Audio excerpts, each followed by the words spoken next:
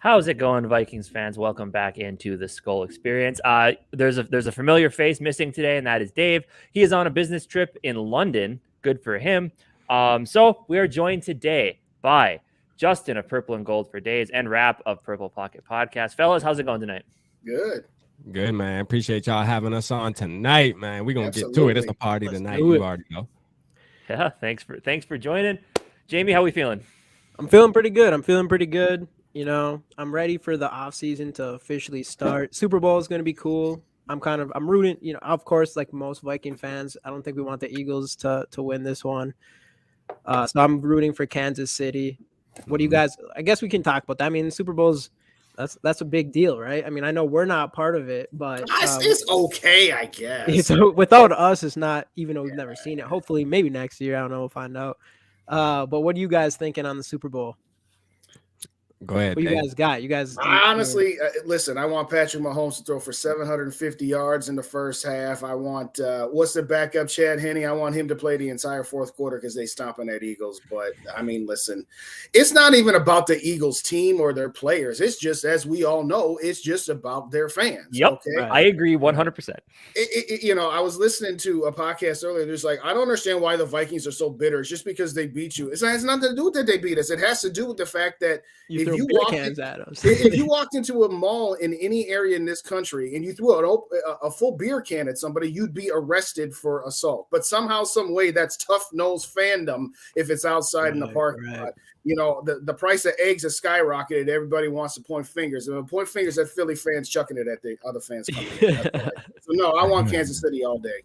Yeah, I'm going Kansas City for sure. For the obvious, my wife is from Kansas City. Her whole side of her family are Chiefs fan, so like that's by default my secondary team. You know what I mean? I just don't rep. I mean, because I can't rep two teams, but when they make it, I'm repping them. You know what I'm saying? I just love them. And you know, R.I.P. to my father-in-law, my wife's father. He passed away this year, and it would be amazing for the Chiefs to win the Super Bowl for him, man, for sure. Hell yeah, man! I'm going Chiefs all day. And I think they're gonna, because like the Eagles didn't look that good for going against a fourth string quarterback. So. Like, I don't know. Let's get some shout outs here. Cody, that's a buddy of mine, Skol, man.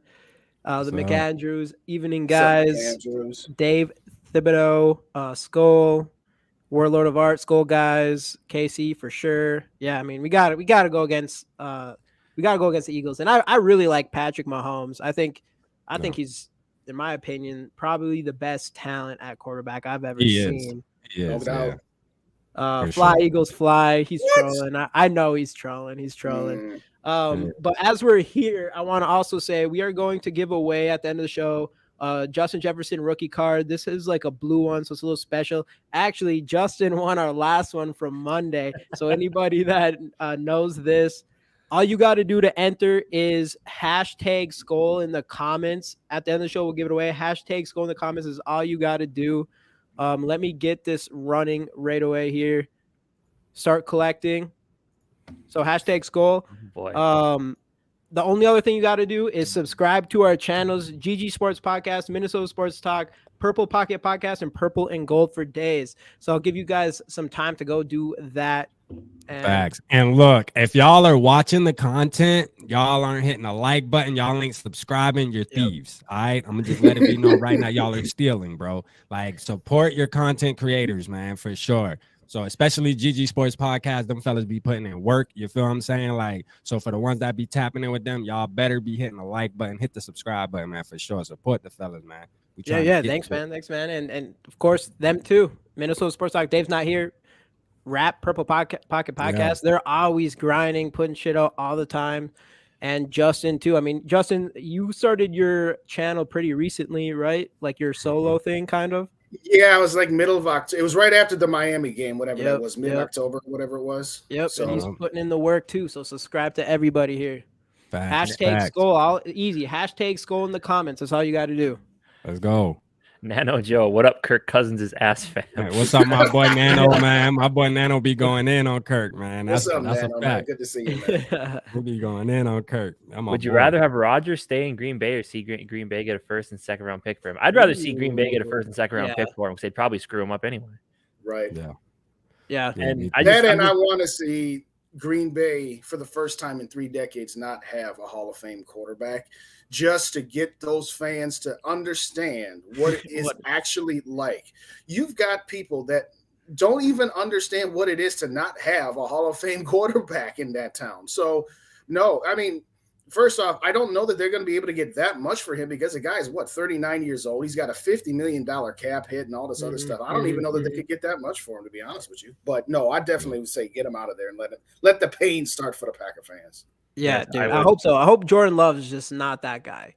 Because it's a possibility he could be. You know what I'm saying? And we say that they don't got another Hall of Fame. Drive me so crazy if Jordan Love ends up being that. I mean, he has all the tools in the world. He does, but I don't think so though. His preseasons were pretty mediocre. When he stepped in for Aaron Rodgers that last game or whatever, when he started getting that hype, all of a sudden he looked pretty good there, but it was pretty small sample size. Playing against the prevent defense of the Philadelphia Eagles. We just gotta see it. We gotta see him play like a whole season. You know what I mean? To really be able to, or at least 8 games, and give us a good idea on what he's gonna be. Bandito, thanks for jumping in. Skol, fellas, appreciate it. Obviously, you already looked at this guy, Justin Lawrence here. Season equals pain, off season equals pain. Being a Vikings fan equals pain. He ain't lying. He ain't lying. Yeah. I read the Vikings have like 21 starting quarterbacks since Brett Favre's first game versus Packer fans. Exactly. They don't have any idea what it's like to not have good quarterback play. Hopefully they're in for it here pretty soon. So fingers crossed there. So obviously last week, Jamie, on Skol Experience, we did some talk about the defensive coordinator role for the Vikings. Still isn't filled yet. Everybody and their mothers were thinking like it's because they're waiting on a decision from Flores, which I mean, up until today, I thought was 100% the case. Which I mean, obviously, then seeing Kwesi and Flores talking at the Senior Bowl, kind of alluded. Okay, good. There's a connection there. But Kevin Seifert today got a source from inside the team. They're waiting to see if they can get an interview with Denver Broncos. I'm going to butcher the name. Ejiro. What was it? Ejiro. That's what I said. I don't know what the hell his name is, to be honest with you. But obviously, like it could be. I mean, it's a really interesting concept there because that could be a solid signing if we can bring him in. I mean, Denver's defense, Rap. I think you texted it earlier that his, like the defense was solid, but the offense just couldn't score more than like 12 points a game or something like that. Right. So I wouldn't mind it. I mean, my thing is, dude, he got a bald head, man. If he got a bald head, give him an interview. You know what I'm saying? Yeah. Speaking of that, Justin over there, getting prepared for the DC job. I'm telling you. Yeah, dude. I don't know. I think I'm definitely down on Flores, or what's his name again? I'm gonna butcher every single time. I think his last name's like Ivero. Ivero, yeah, Flores and Ivero. I think I'm down on those two. Like that's the ones I kind of hoping that we pick from. Obviously, it's so obvious now that if they get a head coaching job or whatever, we lost the candidates that we probably wanted the most, and we kind of settled for our third favorite. I feel like that's kind of how it feels. Right. What do you guys think on them? Or is there any other candidates right now that you guys still like a lot? I know there's the Seattle's, I can't say his name either, but Seattle's defensive coordinator, right? Yeah. That'd probably be my third choice. Desai. It's Sean Desai, yeah. I'll say this. The only thing I care about at this point is that it's not Mike Pettin, okay? Yeah. With all due respect. Yeah, we don't need it to be Pettin, which I don't think it's going to be. They would have hired him already. But if he's Pettin, like their backup, fallback guy, it's like, really? He's doomsday scenario. Yes. It's like if nobody else is available and everyone else goes other places, it's like we wanted you all along. Like everybody else, it was just for fun. Yeah. Welcome to the position. But here's my thing on Pettin. If you didn't show enough to Kevin O'Connell, Kwesi, and the Wilfs during this season that they is watching Ed Donna's show week in and week out make terrible decisions. If they didn't feel good enough about you to elevate you to the play caller / defensive coordinator, then I don't want you as our defensive coordinator moving forward. When plan A doesn't work, you should have a plan B, not plan A 2.0. So all due respect, and maybe it's a little bit of remembering how terrible Green Bay's defenses were when he was the defensive coordinator, and maybe it's a little bit of guilt by association, and maybe that's not fair. But at the end of the day, for me, I want zero to do with Mike Pettin doing the defensive coordinator, because that to me is like it's not progressing at all. Getting some of these other guys would be upgrades, and Mike Pettin wouldn't be. Yep, I think it's fair. Yeah. I agree. And Dave made a good point before too, that, you kind of wish if we were going to get away from Ed Donatel mid-season that they would just hand it off to Pettin there, which I do like. I agree. I think it's really hard for a head coach like Kevin O'Connell, for a first-year head coach, to come in and, have a 10-3 or 2 or whatever it was at the time when that started happening, and just to fire your defensive coordinator, first-year head coach. But obviously, I kind of wish they did, and I wish they would have went through Pettin, so that way you would have been able to see how he is as our defensive coordinator moving forward. And we wouldn't be in this position now where it's like, what do we do with, like, do we like him as that? Because he wasn't obviously the one calling the defense, but he has good experience and success doing that for other teams. And not so much for other teams. Yeah, I think, to be honest, I think Flores is going to be out. I think he's going to take the head coaching job in Arizona, most likely. And I think that Broncos guy is going to be our new defensive coordinator. What? Yeah. And Jamie and I were kind of talking about it before we all got on here. Did Denver run a 3-4? I think. I don't know, honestly. I think they did. I'm pretty sure they.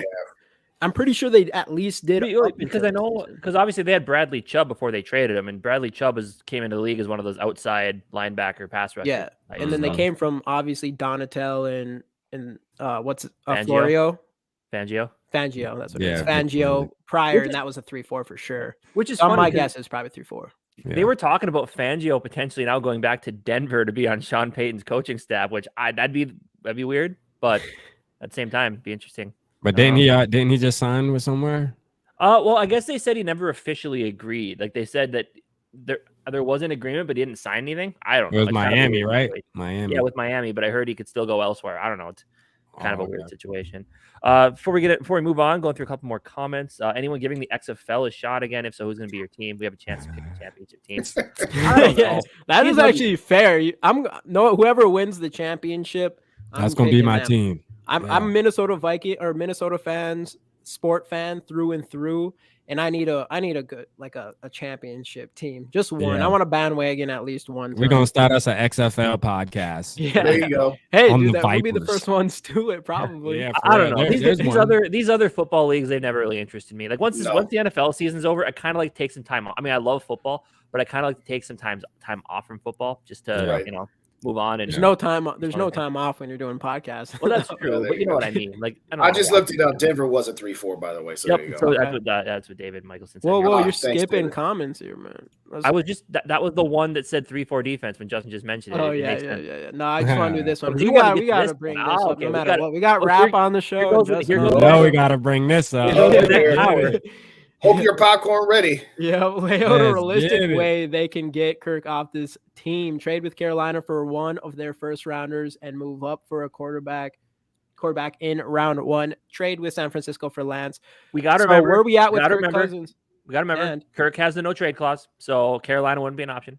He would waive that for San Francisco, though. I would waive that. I think he could. I think he would for sure. Because he can win a Super Bowl in San Francisco. Yeah, be honest. I mean, if they don't decided to not go with Brock Purdy, right, moving forward or whatever. Be real, I don't even think Kirk cares about a Super Bowl, dog. Like, I'm gonna just keep it honest with you. Like, I feel like if the money's not right, he's not waiving nothing. Like, I'm just being serious, bro. Like, I don't think he even cares about it. I think he's comfortable where he's at. His kids are in school and all that, and he's just like, nah, I think I'll be all right, man. I think I'll retire a Viking. Like, for real, bro. Like, for real. He ain't no Tom Brady or nothing. That's just once that championship, has that dog in him. He has one playoff win in his entire career. I think he's more just about being comfortable. You know what I'm saying? Like having to pick up his family and move again. He's closer to Michigan, where he obviously bought a golf course and stuff. I just think he's more comfortable and gonna say nah. Well, and he's I think he's from Illinois. Yeah, originally. So he right in his area. Yeah, he right in his area where he want to be, man. He right where he want to be. You know what I'm saying? And it sucks for us. It sucks for us, man. This This is an interesting comment here. Would you rather have the Vikings lose a high-scoring NFC Championship game or get an OT or get blown out by 40-3 in the Super Bowl? That's Super tough. Bowl. At least they're there, I guess. That's cool. Yeah, I've never seen. We've never seen a Super None of us Bowl. have ever seen them get to one in our lifetime. Yeah. I'm not saying I'd be thrilled by it because then we'd be 0-5 and we'd be all by ourselves in the offers. But yeah. When you're talking to a group of guys that have never even seen them play in a Super Bowl, would take that all. I mean, that's me anyway. We've never even seen a Big Four, I guess Minnesota sports fan at least. I've never seen a Big Four sports team make it to a championship series or anything like that either. I just want to my old boss said he was around for the buzz of the Twins World, both of the Twins World Series. Right. And he's like, it's all people talk about. It's because all we got. Exactly. That's all we got. Right. Well, we got the links. Having teams in that championship conversation, right now, if the Vikings win the Super Bowl, it's all people talk about for 2 weeks, and it would be amazing. But yeah, we don't get none of that. No, we don't get none of that. Nothing fun. We can have a good game, and we'd still be called frauds, even though losing to the Giants didn't help. But that's another story. That's another reason why we trying to move off Kirk, man. That's another reason why. Well, that's the thing with Kirk. Before, there's no question in my mind. This has been his best season, and I was far more impressed with Kirk than I ever have before. But there's that throughout the entire season. There's that little thing. It's I need to see him. I know he's been clutch all season long, but I need to see that in playoffs. That was just the last little thing I needed. So when it came down to that last play, I wish he would have just threw the ball over someone's head that was past the first, just anything else. But it's just the one decision that made it the least amount of chance to actually convert a first down. I was like, come on. In this situation, every single time you've done it this entire year in playoffs, it's one moment. It's one moment, but you miss it. And I couldn't. It didn't push me over. And you want to know what? You want to know what upsets me too, Jamie? Is all year when he was doing that, when he was coming back and winning, it was all Kirk won us the game. Kirk won us the game, right? But the minute he does this, it's all the team and this, that. No, bro, we're not finna be picking and choosing when we blame it on the team and when we praise Kirk and say he's the reason we won the other games. You know what I'm saying? Nah, dog. Listen, you were down by 7. You had the ball in your hands. That's just that. That's that. You know what I mean? All you had to do was go down and do what you've been doing all year. Do what you've been doing all year. But yet you decided not to. And we can say the play calling and all that, but there's always an excuse, bro. Seriously, it's always his defense isn't good enough. His O-line isn't good enough. Oh, the play calling. Oh, all these offensive coordinators. Man, don't get me started on this guy, man. Because for real, I'm ready for him to get up out of here, bro. I really am. I'm just sick of it. Yeah. You know what he is? You know what he is? I can't remember if I've told you boys this, but he's like that buddy in high school. That sophomore year, he starts dating this girl, and he's just over the moon in love, and she's just the one. He already know he's going to marry this high school sweetheart. And then 3 months later, he breaks up, and he tells you, man, I couldn't believe how crazy that girl was. Fast forward to after you've graduated from high school 2 years later, and he done gone through 7 different girls, and they all ended up being crazy. It's amazing how bad luck follows your boy, right? Yeah. At some point, you got to say your guy. You're the common denominator here. Yeah. You know what I'm saying? I'm not saying it's all you, because you're right. Maybe those girls weren't the right matchup for you. But for you to say that every single time you found this girl and she was great and better than the last one, and she ends up being crazy, they all end up being crazy. Well, after dating you, they all end up being crazy. Gee, what's the common denominator? Yeah. And with me, I've been very Jamie knows I'm more on the pro Kirk side, but I'm also very honest. When he has I was very upset with that last play. And I listened to his explanation and I understand it, right? I get what you're saying here. But you watched this last week, Joe Burrow and Jamar Chase. There was it 4th and 6, and he chucks it up to a double covered Jamar Chase, and Jamar Chase goes up and gets it. That's what you do. And Kirk did that against Buffalo. 4th and 18. What do? You throw it to your best playmaker and let him go make a play. So as much as I'm not against Kirk for what he did, I understand his reasoning, I still would have been more, and me and Jamie both talked about it. I would have been more, I'd have been happier to see an interception thrown at Justin Jefferson than to throw behind the sticks, which just feeds into all the bad stuff that people say about it. Right. Exactly. Or even something as simple as, hey, the defensive player made a great play.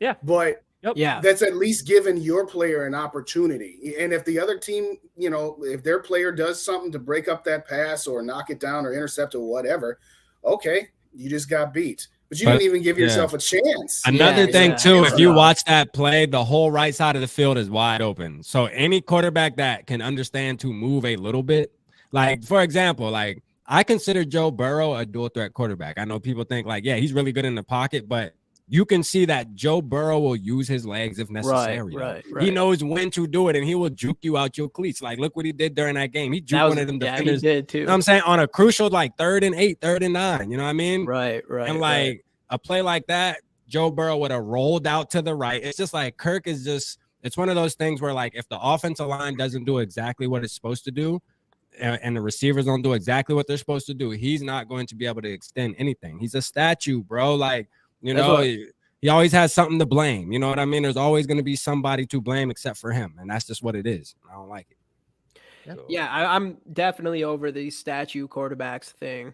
I think I want that more than any. Just I want like a pass first quarterback, because I know people talk about Lamar Jackson a lot, which I really like Lamar Jackson. I think when you got a guy like Justin Jefferson, I don't think Lamar Jackson's the best quarterback for a player like him, but I want someone that can do something with their legs. And all these quarterbacks that we've seen coming in now, obviously Mahomes, Burrow, Justin Herbert, even Tua, Kyler Murray, like all those guys, they can do something with their legs. And it's just annoying that, you know, you have to have a good offense. Kurt needs to have a good offensive line. He has to. Because he can't avoid the pressure and extend plays a majority of the time, at least. Maybe he'll have his couple here and there. And that's why I don't know. That's what I want really bad. I don't know what we got to do to make that happen. But but you want to know, and this is not a shot at you, Casey, saying that you're pro Kirk. But the thing is this, the Kirk stands, bro, will say, you know, he don't need a good offensive line. He still threw for 4,000 yards and still had 33 touchdowns. Like, bro, it don't matter, man. Like, I don't care about that. What did you win? You feel me? Like, nothing. That's all I'm feeling. That's all I'm feeling. I felt great about Kirk all year long. And I mean, my idea of Kirk is better than before the season started, just because it was like the first time we seen him making all these crazy comebacks.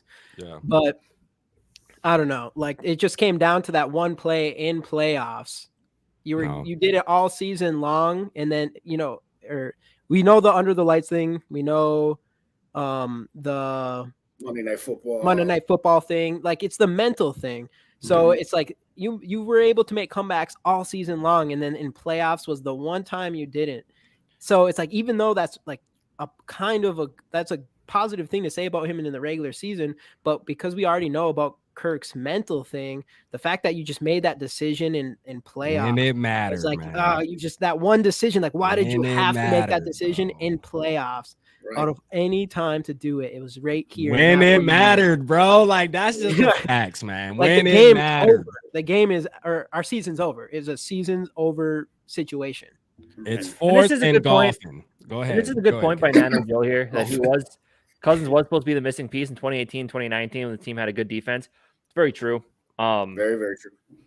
In 2018, I think a lot of people agree he was the problem. Like, he came into it saying, like, he was the major problem. He came into it saying, like, oh yeah, the contract, the fact I'm supposed to win the team a Super Bowl, it's not affecting my mindset. Like, I know there's a lot of pressure. It did. Like, you could tell he was pressing, trying to be something he just wasn't, not just letting the game come to him. But yeah, like, that was the point. When he came in here in 2018, it's like, this team's ready for a Super Bowl, and we won one playoff game. And I disagree with that move so much, bro. Like, that move in 2017, it made me so upset, bro. And I'm gonna tell you, because the amount of money this man got, and that he was the first quarterback to get guaranteed money to not even have won a playoff game, bro. Like, literally, like, just, okay, Kurt, here's the world, like, and then for you to come in and only win 9 games? What did we win? 9 games? 8 games? Playoffs. You know, and you got a quarterback who won 13 games. Then, well, Case Keenum came in week 3? Was it week 3? So no, he won 12. It was week 2. Yeah, so he won 12 games for you, bro. We had the number 1 defense. Mm-hmm. What organization wouldn't say, you know what, we were that close, bro? Let's run this thing back one more time, at least with Case Keenum. And we could, in that offseason, we probably could have added some more pieces to the offense, like get a couple weapons maybe, or some more defensive weapons, whatever. You know, we could have really beefed our team up. That's how I felt. You could tell that entire season, though, that Zimmer was not sold on Keenum. Like, he was finding any excuse he could to get off of Keenum. Like, because the one game in Chicago when Bradford was healthy, puts him out there. Bradford was not ready to go. Right. And then he ends up they pull him. It's just like you could tell he's sitting there he was waiting for that NFC Championship game. He's like, but he didn't want Kirk either though. Yeah, I know. They gave him Kirk instead, and then he's like, he was mad as hell. We spent all that money on Kirk. At least Keenum was $1 million this year. Yeah, he was like, y'all paid him what? Like, are you serious? Now my defense is done. And look what happened, bro. That's exactly what happened. You know what I'm saying? Like, we just started running out of money to be able to add pieces to the defense. And it just, these players got older, the Kendricks, the Harrison Smiths, and our windows closed. And they got paid. Yeah. See, that's the thing about 2017.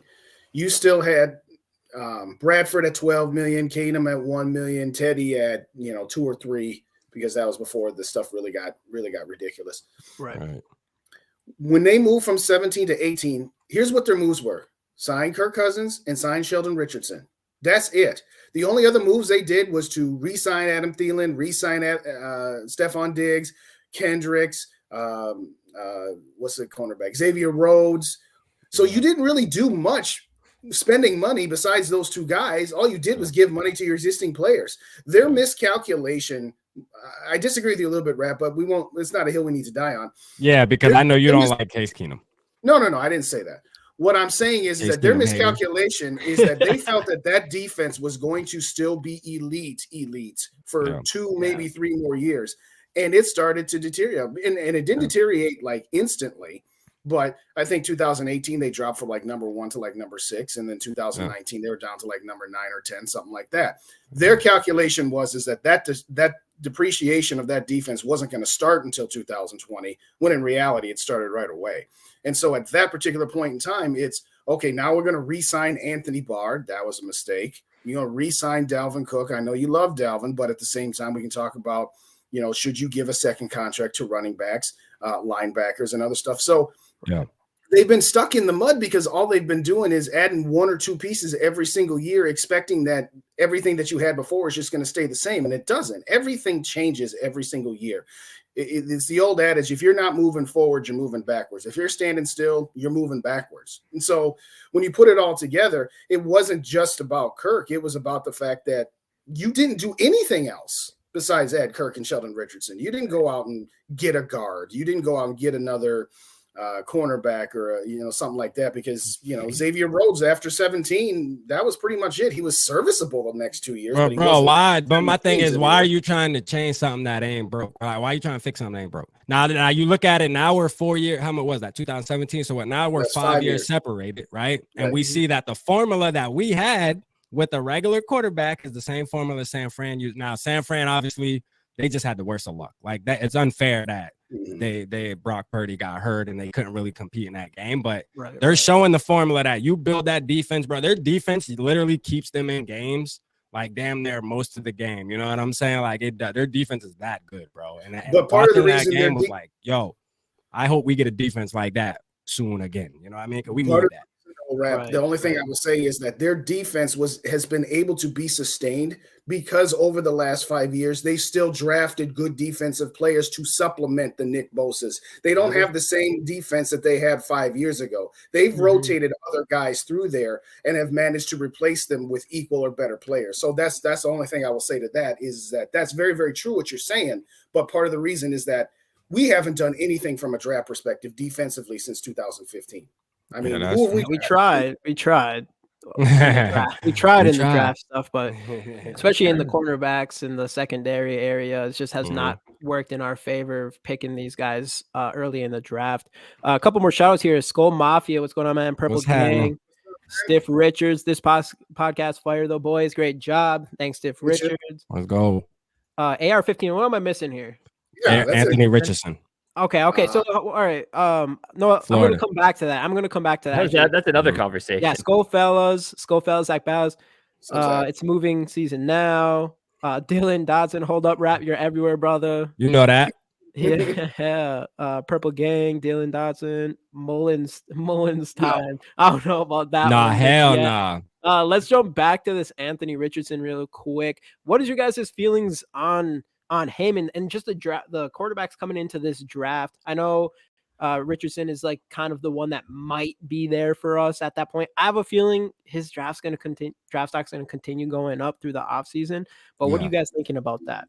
I mean, I think we should. I mean, like Skol Mafia knows really that he knows that I want him. Like that's somebody I want. But realistically, he's not going to be there. Like we would have to make a trade and get him. Somebody's going to take a chance on him. Why? Because of his athletic ability. If you go look at his stats, like you'll be like, well, damn, towards the end of the season, he started falling off. He actually did. Like his accuracy and all that started falling off. But when you have the athletic ability like he has, bro, like you have to take a chance on that. You know what I'm saying? Like you have to. It just is what that's just how the game works. Like picking these draft, especially quarterbacks, it's like playing the lottery. If you don't play, you can't win. You know what I mean? So if we go through this draft and we don't take a chance on anybody, then we can't expect nothing to change. But if he's there or if KOC looks at it and Kwesi looks at it and they say, hey, you know what? This is our guy. Like we want this guy. Let's go ahead and communicate with the teams. Like as long as he has some 8 or 9. Mobility. As long as he has mobility. I think he'll probably be on the board probably around like 10, maybe 8, 9, 10, around those teams. So like, cause you never know. Like I know they said the Colts possibly are gonna take the Will Levis dude, but shit, they might take AR-15. Like for real, you know what I'm saying? Yeah. Shit, like for real, because he has the athletic ability, man. He can turn into the next Lamar Jackson or something like that. And believe it or not, people think Lamar Jackson can only run. Bro, go look at his percentage on throwing the ball, man. Like the boy can throw the ball too. Like for real. Right. I think it's more of like the production from his wide receivers, which might not be all his fault, because he ain't have no real weapons. Yeah, it could really just be that. Because I mean, I like Lamar Jackson for sure. But no, I really want someone with some mobility, and I 100% agree with you with the whole lottery thing.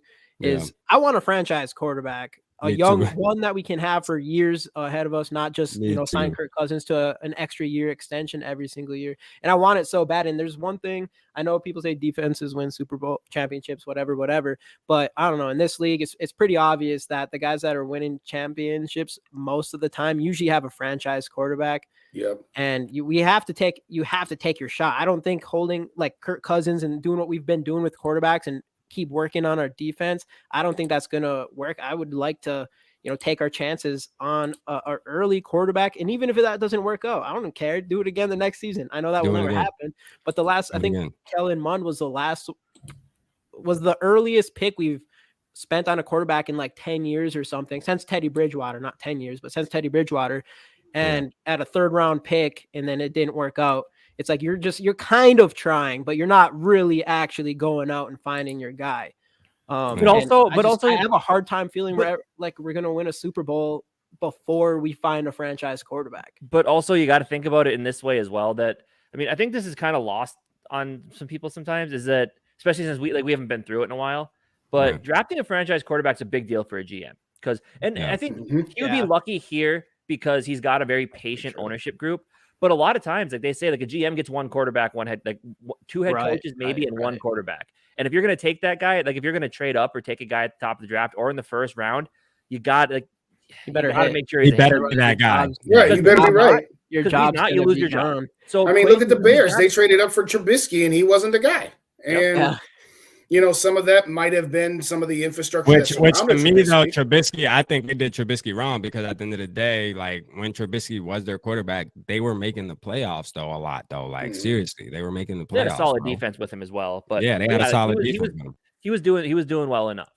But that's the thing. It's like so if Kwesi's guy isn't there, like he's probably going to be reluctant to take one just because. He's seen with Kirk Cousins, you can be competitive. Like you're always there, which I know is it not good enough, obviously.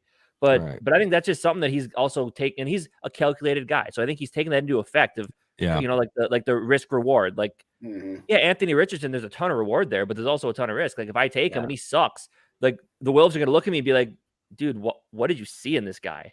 So.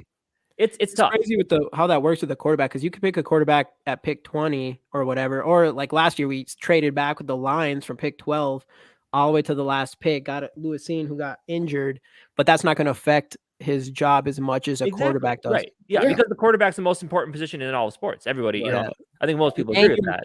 Kind of committing. I think that when they say you draft a quarterback, you're like giving them, you know, a couple or like 2 or 3 seasons to figure kind of like Spielman got incredibly lucky because he got like 8 quarterbacks. He got to start with Ponder, then he got to go with Teddy, then he got to make the trade for Bradford, then he got to sign Kirk Cousins. And that's maybe where Kwesi might, but then again, is he thinking like, are they going to want to go through that again? Are they going to want a GM who's going to come in and bring in 4 quarterbacks and never find the guy? Just keep drafting them. But consider what I don't want to happen is what we've been doing is like bringing in like the Bradfords and the Cousins, like for example, like if Cousins, once Cousins leaves and then we're looking around and we're like, oh, okay, let's bring in Andy Dalton now. You know what I mean? He still has a couple more years. He might have 5 more years. Like, yo, stop doing that. You know what I mean? Like normally that guy, like an Andy Dalton, if you're bringing him in now, it's either A, you have a quarterback on your roster you want to sit for a year and learn, or B, you want to suck so you can get a better chance at a quarterback, so you bring him in because at least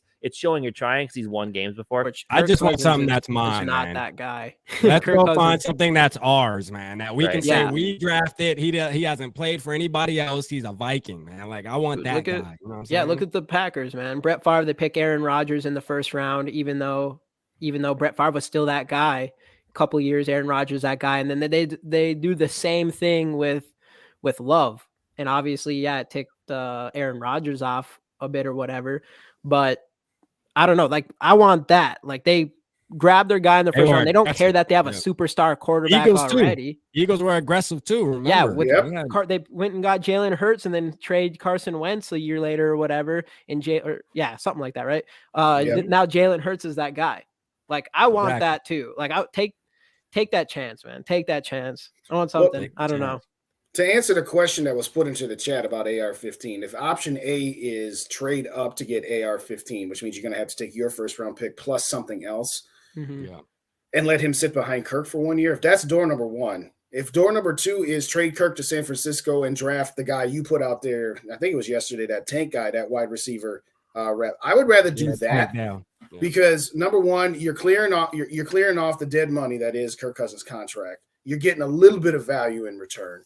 You're getting a guy in Trey Lance that, for all we know, is I don't know. I don't want to get into trying to compare and projecting Trey Lance versus AR-15, but then you could also still have your first round pick to get something else, whether it be that wide receiver, whether it be a defensive tackle or an offensive line, whatever the case may be. So if I only had those 2 choices, I would rather get a trade done for Lance and keep our first round pick to be able to utilize it for something else. But having said that, no, I agree with you. At some point, to your point, Casey,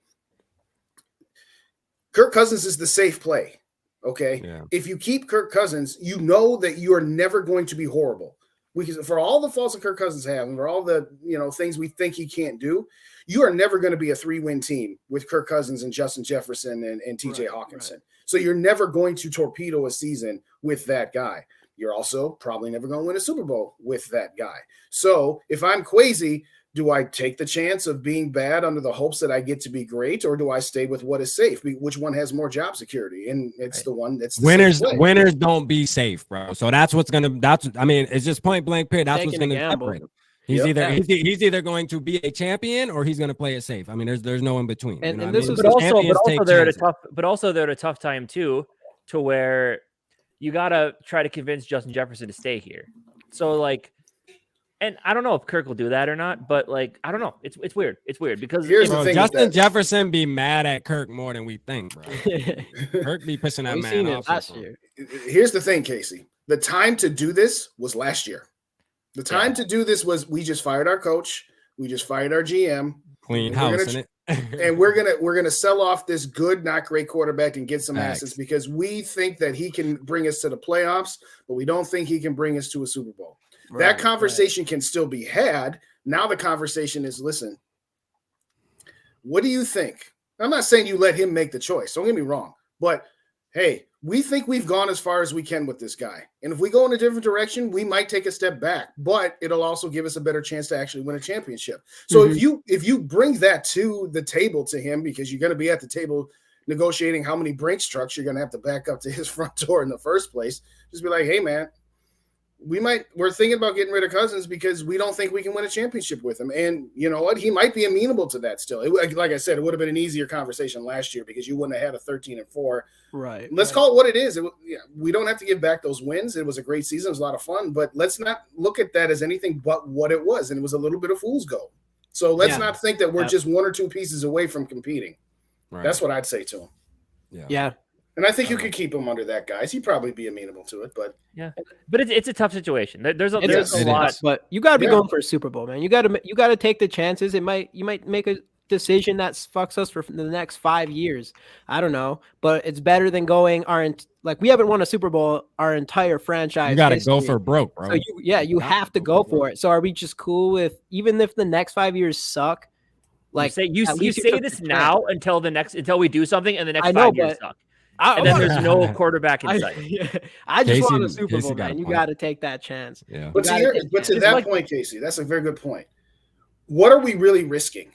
We are risking a team that is perpetually mediocre to slightly above mediocre. Mm-hmm. We're not the Kansas City Chiefs, who've been going to the divisional round of the playoffs and sometimes AFC Championship games with Alex Smith to take a risk on a Patrick Mahomes. That was a huge risk. They were risking something. Mm-hmm. What are the Vikings risking if they say, we're going to go in a different direction? We're risking 8 games a season. We're risking 8 to 10 We're risking winning 8 to 10 games a season. Seriously.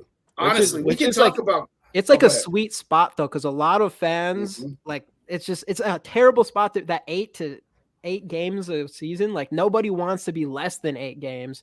And obviously everyone wants to be higher than that. So it's just a really hard situation. Well, that's why, I look back at the most recent history of this franchise, and honestly, I hate to say it, but 2017, for as fun as that was, I think that's one of the worst possible things that could have happened to this team, because it really put into the perspective of them thinking we're a quarterback away and we can't waste time on a rookie. So we got to go get the best option now. I agree. Good take, man. As great as and I've said that for years, as great as 2017 was, it sucked. It was just, it didn't help the future of the franchise. It helped that year. Had we won a Super Bowl, honestly, and you say it now, if we won a Super Bowl that year, I wouldn't care what happens for the next 10 years. You would. Look at Eagles fans. They were pissed off. That's Eagles fans, so I guess that's a different breed. But they were pissed off for, years right after they won that Super Bowl when things didn't go the same with Carson Wentz. So let me ask y'all this. If we would have won the Super Bowl, would y'all still have been okay with just shipping Case Keenum off? This man just won us a Super Bowl. And I don't think you could have at that point. I think you would have had to have brought him back. I always say if we win a Super Bowl, I don't really give a shit what we do. I'm like, all right, I'm good for at least a good few years. But I'm sure I probably would want another one. Be like, all right, one's not good enough.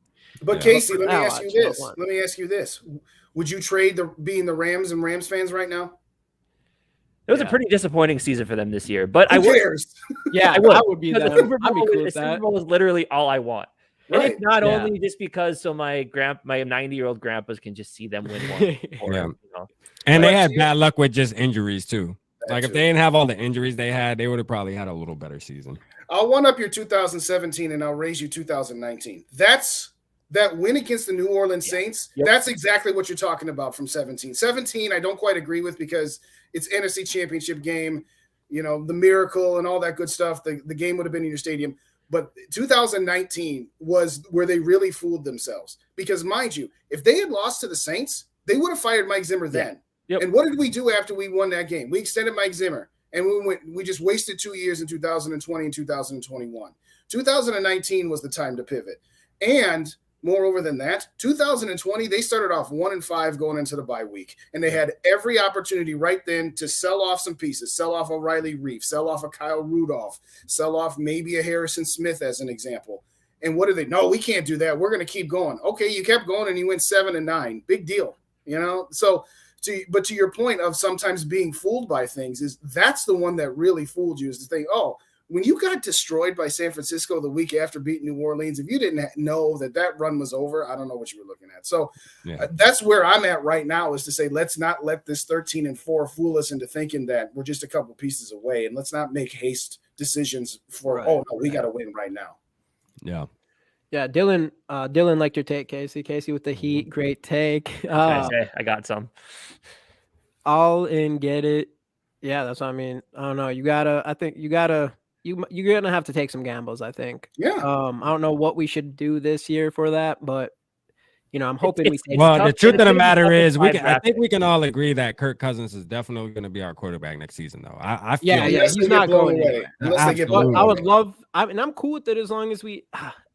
Unless somebody calls Quasi and says, "Hey, we'll give you damn 2 first-round picks for Kirk Cousins right now," then that's a different story. But other than that, like, he's going to be in purple, man. He wants to be here too. He wants to retire a Viking, bro. I genuinely believe when he said that, he meant that. You know what I mean? And for him to put a no trade clause in his contract, it just shows you right there, like, he's like, y'all ain't about to just be able to get rid of me anywhere. No. That the trade clause thing, I was like, damn it. That was like the one I did not want to see that, because I wanted to trade him. I was like, definitely like trade him last year. Well, you got to remember that, and that just goes down to Kirk Cousins and his agent. Like, they're smart. They knew if this season goes bad, they're going to want to just trade him off to the highest bidder, and that could be some shit crap team he doesn't want to go play for. So, right. The no trade clause was his thing. Like, I'll do what you guys want, but I want to make sure that if there's any decision that needs to be made about where I'm going to play next year, it's me. It's not you guys. I decide this. Yeah. Because Kirk Cousins, say what you will, the guy's smart. Him and his agent are smart. Oh yeah, for sure. He's a Hall of Fame negotiator. His agent is a Hall of Fame negotiator. And that's the thing. Like, when we talk about Kirk Cousins, like, I feel like me and Jamie relate on it. When we talk about at him as a like civilian, you know what I mean? Like, because I look at these guys as entertainers. You know what I mean? That's pretty much what they are. They're entertaining us, man. They're playing a sport. We're paying money for their jerseys, all this. They're entertainers, man.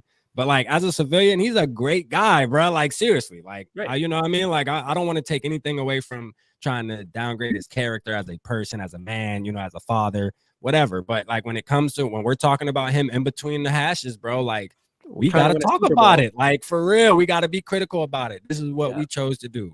Podcasting. You know what I'm saying? So, for sure. Simplest way to say it is this: Kirk Cousins isn't the Vikings' problem, but Kirk Cousins is also not the Viking solution.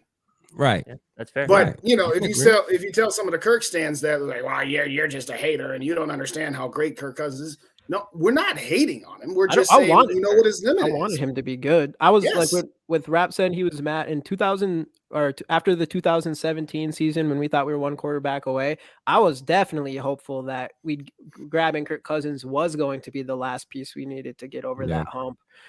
So I was hopeful, and it was like each season it was like a little less every time. Like, it just seemed obvious. And this season was the one where it seemed like, all right, he made some hurdles. Maybe it was a lot of coaching. Mike Zimmer, the coaching, Mike Zimmer and stuff.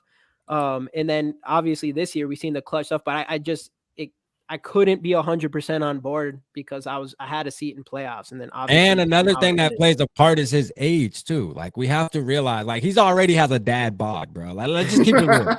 Let's just keep it real, man. Kirk is not the most athletic guy on the field. We just got to keep it 100. You know what I'm saying? He's about to be 36 years old this year, right? I think it's 36, right? He's turning 36 this year. Is it 37? I think it's 36.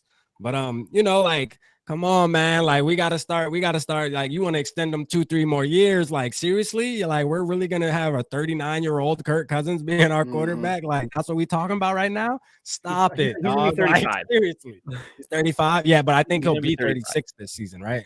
He'll be 36. He's 34 right now. He'll be 35 in August. So he'll turn 35. Okay, yeah. So still, though, 3 years, 38 years old. Like, he's 3 years away from being a 38-year-old, and he already can't move like that, bro. Like, it's obvious it's time to move on. So you're saying Kirk Cousins will decide what he wants to go play for Kyle Shanahan? Hey, he might. You never know. There you go.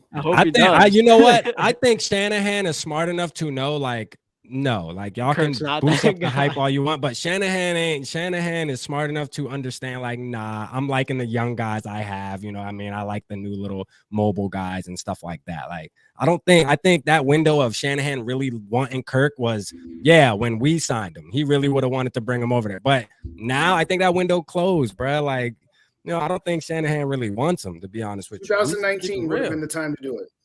2019, because how long Shanahan been the coach over there? He got 2018 after the 2019 season. I think that was it. Yeah, because because they lost Super Bowl in 28. The 20 right. No, 2017. I forget. I think he was 27. No, it wasn't 20. I think it was 2018. Maybe, when did the Falcons lose that Super Bowl? Because it was the next season. 15? That was 16. So 17. Yeah, you're 17, right. So 17. 17. Yep.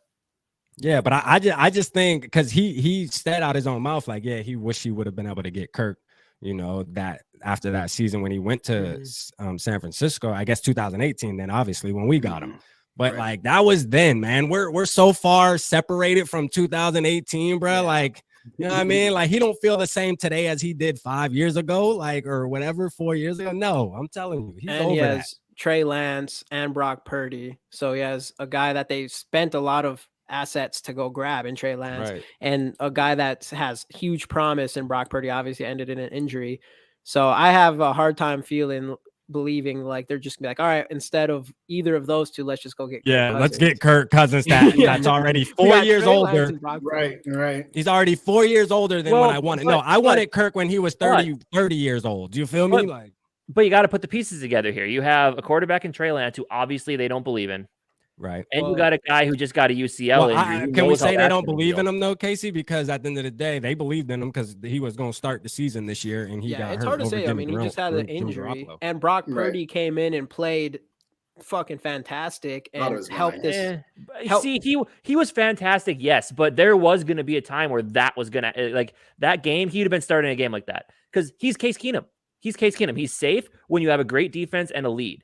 Yeah, but that's what we think. He's a rookie quarterback, 7th round rookie quarterback. So who knows what he can turn into? If he can already play like that his rookie year, who knows what he could be? And look what he did in college against Oklahoma. No one knows who you are. Right. There's going to be tape next year. If he does this again, I'll buy in. There's going to be tape on him. Hard to buy in 100% yet, but they do have a guy with a lot of promise, and then that's why even with enough promise where they did spend all that on Trey Lance, and they didn't even get a chance to really see Trey Lance as the starter because he got injured. And they already decided that Brock Purdy was going to be the starter next year. But the 49ers are now where we were in 2017, where it's pretty similar. Yeah, it is pretty similar. And I say that in the aspect of they've done a very good job drafting, and they've done a very good job building that team. But they're going to need to start paying some of their guys who are on rookie contracts in order to keep that team together. And so, putting a guy in a situation like that, part of the reason that they can is because, Jimmy Garoppolo wasn't making Kirk money, but he wasn't on his rookie contract anymore. He was kind of in the middle. But when you got guys like Brock Purdy, when you got guys like Trey Lance that aren't making anything, you can build up that team around them. Listen, those contracts for guys like Nick Bosa and a couple of the other defensive players, kind of like with Josh Allen, his money's about to start hitting those books in Buffalo. That's why when Buffalo traded for Diggs, it was a great move because we got a 3-year window where Josh Allen's still on his rookie contract or the first year of his new deal, which isn't as high. San Francisco's now at that point where they've got a year or maybe 2 before they start doing what the Vikings did because they got to start paying their own players. So and that's where I thought the Chiefs were gonna I'm like this is we're finally going to see it. Tyreek Hill's gone. This might be the decline of the Kansas City Chiefs being the team that they have been. And then Patrick Mahomes just says, and they drafted very well with Pacheco. That too. Like Pacheco, bro, looks like a running back version of Tyreek Hill, bro. And he's wearing number 10. Dude, that guy is a savage, bro. They had 6 rookies playing in that last game or something. And how about our boy? How about our boy, Jarrett McKinnon? Yeah, you know what I'm saying? How about our boy? I gotta root. And do you know what's really always root for him? What's really kind of depressing, Jamie? Because I know when we were doing mock drafts for the season started, we were in on Trent McDuffie a lot. It sounds like I haven't paid close attention, but it sounds like he's been playing pretty well for them this season. Yeah, that's what. Y'all were big on him. I wish we would have had a chance at Trent McDuffie. Yeah, and that's the hard thing with that was just that trade back all the way to the last pick, and we skipped out on Hamilton. And who knows? Lewisine could be that guy. Obviously, we didn't get a good look at him, but we missed Trent or McDuffie. We missed Kyle Hamilton. We missed some of these guys in the secondary. So it's just like, man, that trade kind of is killer to me, I think. But I don't mind the trade. He just didn't get enough back for it, in my opinion. I wouldn't have cared. Yeah, if he got more, I wish he would have just traded. Too bad he didn't snatch up the Rams first rounder for this year. Here's what I said at the time that trade was made. If you're going to trade from 12 down to 32, then you shouldn't have included the Vikings 46, their own 2nd round pick. That should not have been part of the deal. And if it was going to be part of the deal, then you needed to get a 1st round pick back from Detroit next year, either Detroit's or the Rams, whichever one they wanted to throw in there. So regardless of how well Lewisine and all the rest of the guys, Andrew Booth and all the other guys that were, the part of the trade, part of that trade, you still left money on the table, and that's where I'm gonna tell you right now, I'm mad. You kind of in a spot with only 4 picks. Jalen Petrie, man. I told y'all last Yeah, I year, liked man. him a lot too. I like Jalen Petrie. I think we had. We should have got Jalen Petrie, bro. Like, I mean, this man balling this year, dog. Yeah. Like, was he the Baylor guy? Yeah, he was Baylor. Like he was the Baylor guy that went to the safety Texans. Yeah, he was coming out, or was he a cornerback coming out, or safety coming? What is his? He was safety, now? but he played a lot of slot nickel in college too. He was kind of like a hybrid, but when he got drafted, it said safety. So, and look, he has a couple interceptions this season. If you watch his highlights on his man, he's a savage, bro. And I knew it. Like, you could watch his film and just tell that he's just born to play football, dog. Like, some people are just like that, man. Right. And he had the stats too coming out of college. And I would have liked him over Lewis Cine. I'm sorry. I like Lewis Cine as a person. Don't get me wrong. I think I actually think Lewis Cine is possibly, after that injury, it makes me step back a little bit, because that's a serious injury for somebody who likes to, fly around the field like a missile. Like, you snap your ankle like that, bro, like, and now you're gonna try to come back and be doing that. I don't know, man. What's going on? He's also already walking though, which is pretty. He was walking. That is good news. He was walking like not soon after the injury happened. But did he have like a workout video too or something? Like, he was kind of trying something like that. Yeah. Yeah. I hope the kid recovers and turns into a savage. To be real, I'm in his corner, definitely. Like, I like his personality is like perfect. I love his personality. Same thing with Booth. Same thing with the Caleb Evans. I'm out on Booth. I'm out on Booth. I'm sorry. I was out on Booth. Once we drafted him, Dave was big on Booth. I'm out on Booth. I'm gonna stay hopeful. Yeah, I'm gonna stay hopeful. We can stay hopeful if you want. I'm out on Booth though. Like, for real, I think Evans is better than Booth, and I think he's gonna be better than Booth. I think Booth he's just undisciplined, dog. Like, he just seems like one of those guys who will never get disciplined. He's gonna sit there, and I don't mean to judge these guys, man. I know these guys have families. I don't care, but I talk my talk. Y'all know how I go. You know what I mean? Because it just is what it is, man. I just think, like, his injuries, I just think that was a bad pick, dog. Like, for real, like, like, his injury history is so bad where you could have just looked at it and said, the chances of this guy getting injured, dog, is like 80 to 90%. And look what happened. You know what I mean? Like, he's been injured since high school, bro. I love the pick at the time just because it was obviously, touted cornerback coming in, and then we got him in the second round at the time. I do like, because the thing I seen with him compared to any of the other cornerbacks was his ball skills. We didn't get a chance to really see it, but was his ball skills at, like, when he covers people, the way when he makes interceptions, he looks like the wide receiver. The way he pinpoints the ball, he looks like a wide receiver. And that's still something that I am hopeful with him coming in. So there was even a couple weeks I was like, the times he started, I was like calling Andrew Booth interception. Never happened. But that's what I saw different with him compared to everybody else in that draft, that cornerback. So I'm gonna hope that coming into next season we see a little for more sure, man. Plus, I hope so too. Into the season, but obviously we don't have a choice but to be hopeful. We don't have a choice. You're right. Yeah, like, obviously, like, I hope he turns into the best cornerback in the NFL. You feel me? And I'll take back everything I said, and I'll get his jersey and rep him. You know what I'm saying? Like, because I tell people all the time, like, when I talk about these players and stuff too, at the end of the day, I'm a Vikings fan before anything. So even if I'm talking down on a player, like, I hope Kirk wakes up tomorrow and turns into Patrick Mahomes. You feel me? Like, and then next season comes around and he's doing no look passes and stuff. Like, that would make me Nothing would make me happier, bro. 500 yards on the ground. I'm telling you, like, I mean, it just is what it is. I'm a Vikings fan before anything, but we just got to call it for what it is. You know what I mean? Yeah, and the injuries with Andrew Booth is an absolute red flag, and it's a problem. Obviously hard. But easily obvious. Speaking of injured corners, how did Derek Stingley play? Like, I'm genuinely curious. How did he play this year? He did pretty decent. He was okay. Yeah, I mean, he plays for the Texans. Houston, so. yeah, but like, him and Petrie kind of balled out together for sure. Because that was a guy that, I mean, he did go high, and a lot of it was like, if he stays healthy, he could be like an elite cornerback in this league. And I think he went on IR at some point. You know what's crazy, Casey, is like all the corners that really got drafted this season, like in the first round, all of them, like, they turned out to be exactly what everybody expected them to be. I gotta say, like, this was probably one of the best, like, top heavy corner, like, just good. All the players panned out all the way down to Trent McDuffie. Yep. You know what I mean? Like, all the first round corners panned out. Like, and seriously, quarterback is a hard position to transition from the, like, they say it's the second hardest position behind quarterback to transition. I think it's one of the hardest. I think it's becoming one of the hardest, to be real. Yeah, definitely. Just because Evans, because like, well, just imagine that, you know, and we saw it. Like, Sauce Gardner has to step on. I mean, Sauce Gardner has to step onto the field going against a guy like Justin Jefferson, who's been doing it for 3 years or two and a half years now at that point. Like these young guys come in and like the receiver knows what they're doing. The cornerback has to, figure it out. I'm gonna tell you another position that's becoming one of the hardest positions in the NFL is the tackles, bro. I'm going to tell you why. Because these defenders, bro, these edge rushers nowadays are becoming faster and stronger, bro. Like, listen, and these tackles, these O-lines, they think that all they got to do is get weight. But I'm telling you right now, that is not working anymore, bro. Like, these quarterbacks getting hurt. You want to know why? Because they can't block these edge rushers, bro. These boys are flying in like missiles now. They're just like, you saw what Micah Parsons did in that game to that tackle? Like literally one arm and just slam the man. Like, literally. Like Lawrence Taylor, like I'm telling you, the gap is like getting the gap is widening a lot when it comes to the talent of the edge rushers compared to the tackles. And we're blessed to have, a really good one, but you know what I'm saying?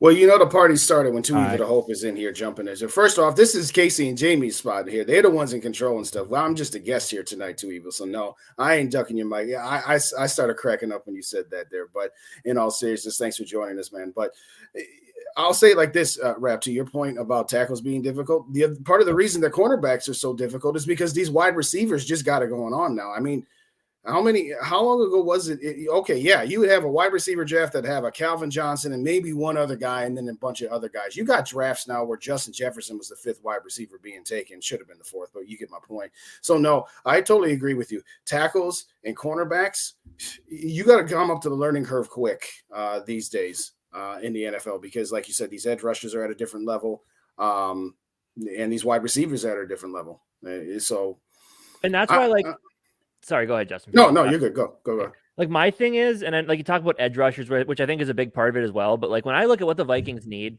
like I think I want to I don't know. It's tough because I know we still need cornerback help. We draft corners a lot, but it's fair because you need as many as you can get. Right. But I personally think the biggest thing this team is missing, if you decide to keep one, depending on your defensive system, if you decide to keep either one of Zadarius Smith or Danielle Hunter, and if Zadarius can regain his first half of the season form, I think you're missing an impact player on that interior defensive line.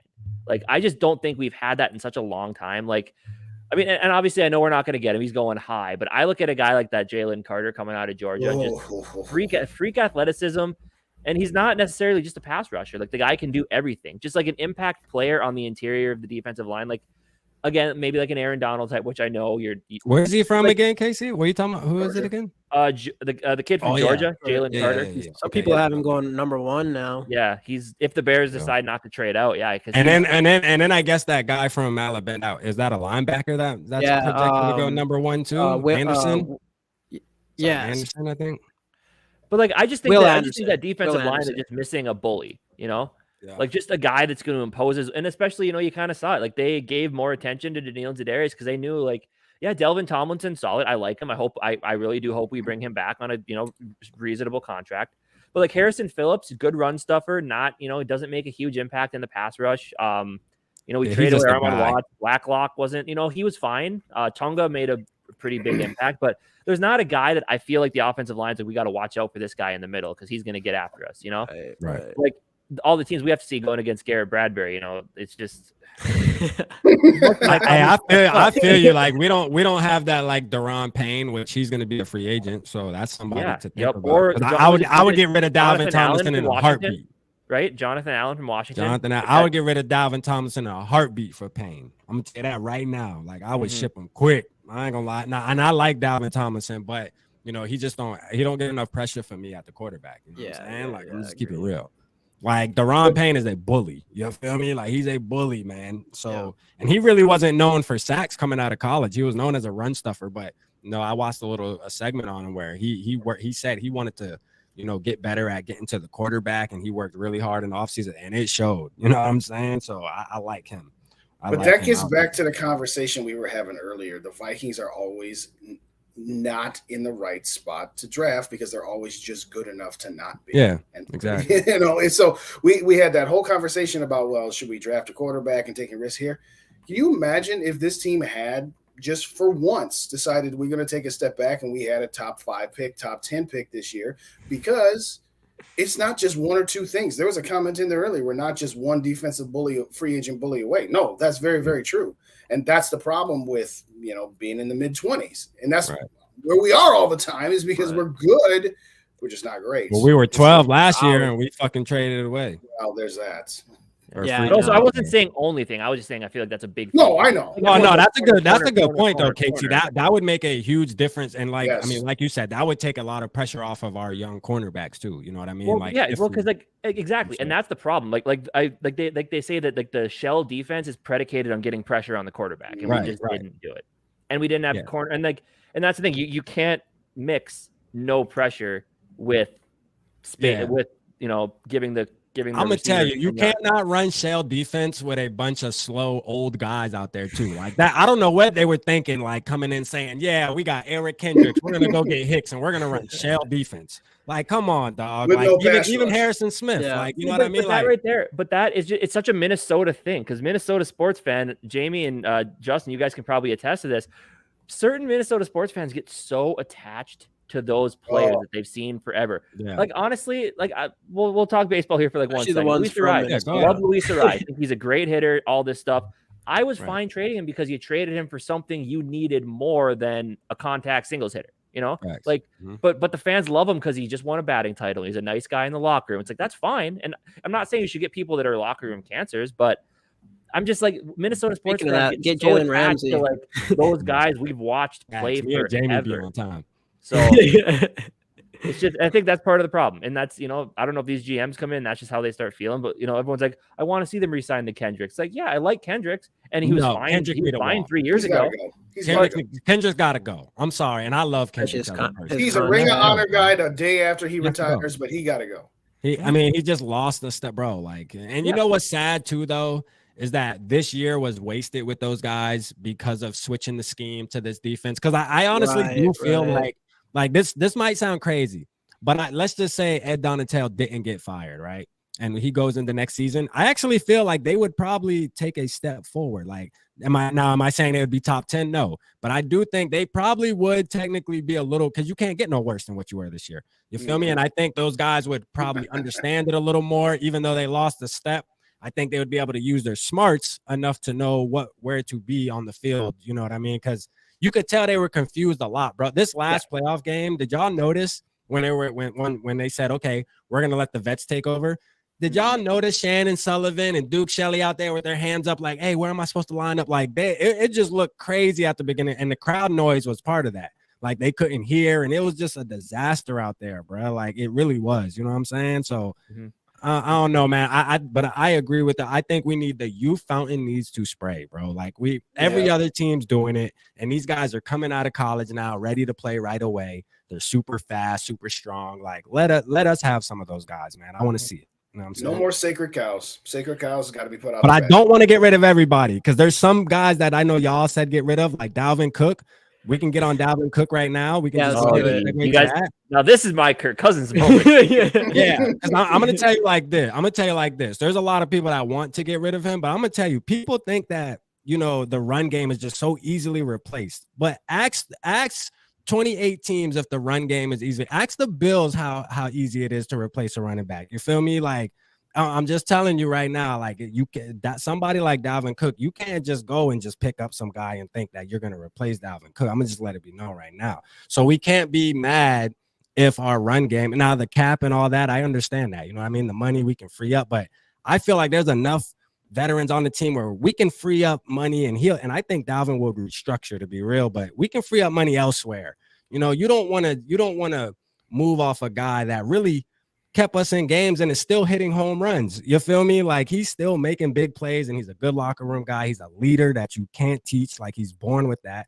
And until he shows me different, I'm on Dalvin Cook's train. That's all I'm saying. Until he shows me and Jamie we just recorded our running back reviews for 2022. That'll be coming out Saturday. Where we I don't want to spoil it, man. Where we had some different opinions on that. So okay. Let's hear it. Let's go around the table, man. Go ahead, Casey, man. Casey ready, man. Go ahead, Casey. Let Casey do the Dalvin Cook thing.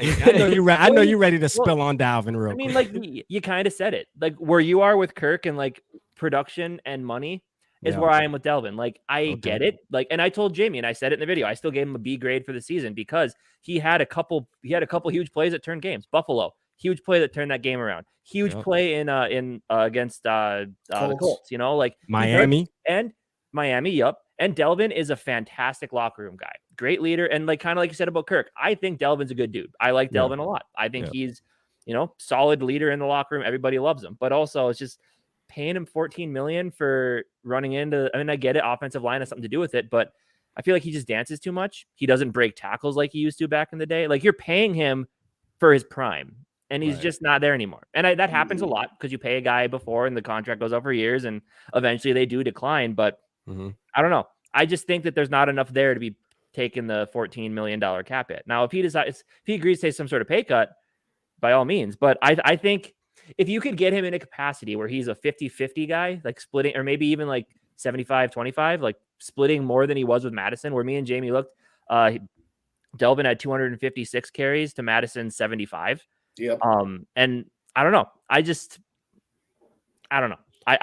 think it's time to move on. You're just ready to move on. And that's cool. That's cool to feel like that too. You know what I mean? A lot of people actually are more on that train than they are on my train. Thanks, Paul. Thanks for jumping in. Yeah, like way more people are on that train than they are with keeping them. You know what I mean? Like, but go ahead, Jamie. I want to hear what you guys say. Jamie, go ahead. It's the contract thing for me. I think at $14 million, I don't think Delvin Cook is as good as he was even a year ago.